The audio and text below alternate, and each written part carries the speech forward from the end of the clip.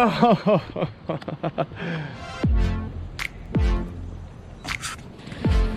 That's how we do it. He's learning how to do his jump. Oh, here comes Jason. Yeah, nice. First run it back since we were in online services only. Everybody staying at home generally. Started a new pattern this week called wind and waves. What do you do when the wind and waves show up in your life? Which is... I did it again. He doesn't really care that I'm on set. Saying again. Yeah? You did the jump? Yeah.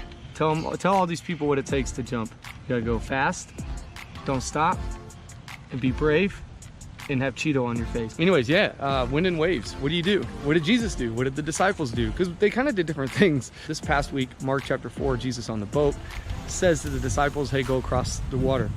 Have you ever wondered why God told you to do something? That's it. That's my whole question. Have you ever wondered why God asked you to do something? Simple instructions sometimes take you into the places of greatest testing and trial.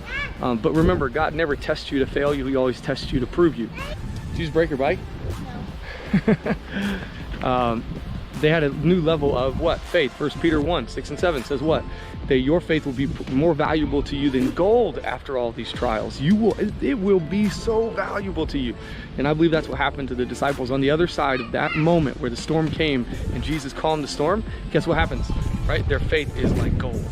The rest of the journey is different. And I believe that what we're gonna do when we come out of this season as a church and as people is if we press in, lean in, then it will be like gold. You did break it, didn't you? Here, you hold that. Oh, you got to keep it on you. Tell them how your life's going. Hey, but here's the thing, right? You've heard this saying, and maybe you haven't, that faith that is tested is faith that can be trusted. Mark Sayers says that when you do not endure hardship, you do not grow resilience.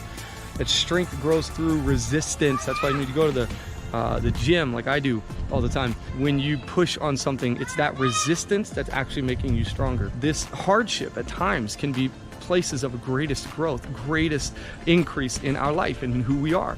And so it is not for us to neglect this season, but to embrace it, to see obstacles as opportunities. That is not to diminish or minimize the things people are walking through. It is simply to say, let's shift our perspective. Because here's the reminder about this story, and I've told you the story. Basically, the disciples going to the other side, the storm comes, and these aren't rookies. They have been in storms before. They were fishermen before they were followers. And these guys have been in the storm before. This is not unique to them. This is not like, whoa, what is going on? Waves? I'm a theologian. I don't deal with waves. No, they've been there before. And so they're dealing with the storm. They're freaking out, and Jesus is asleep. You ever felt like Jesus was asleep? It happens, right? Someone said that, I read the other day, it said, hey, how's your day going? Well, I had to wake him up today. Right? I have to wake Jesus up today. But we're not minimizing what's going on, but we are simply saying, let's shift our perspective. Let's begin to see this moment and take hold of it as the church and lift some weight. And it might make us sore, but it will make us stronger. You see, sometimes the soreness of your life is actually the places where strength is growing. For us, what storms do is they expose, storms reveal. Sometimes they shape us. On the other side of this, you will be shaped, and there will be something new in you.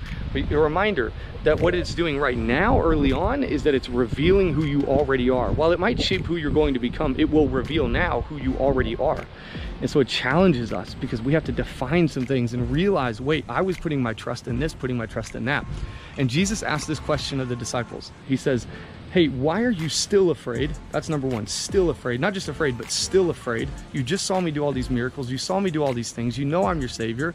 Why are you still afraid? And then he says, where is your faith? It's almost like he's not saying you didn't have any, but where'd you put it? Where'd you put your faith? I know you have faith. Where is it? See, we're a people of faith whether we want to admit it or not. We are a people who put our confidence in things regardless. That's what worship is. We worship, we honor what we put our faith in. And so we are people of faith, period. Full stop. We are people of faith. What have you put your faith in? Go find your faith and bring it back, because if you misplace your faith, fear will take its place, and fear will begin to run who you are and run your life. So go get your faith and put it back in me. You could say it like this: where is your confidence? Where is your confidence? Where are you putting your confidence? Are you more confident that the storm is going to overtake you, or that your Savior is going to save you? Which one are you more confident in? Jesus stood up in the midst of the storm. He stood up and he's calmed the waves. And he looked at the disciples almost as though he's saying, hey, you could have done this. Pastor Phil Pringle says, hey, the reason Jesus was asleep is just so that you and I would awake. Sometimes when we think Jesus is sleeping, he's just waiting for us to wake up. And just one more last reminder.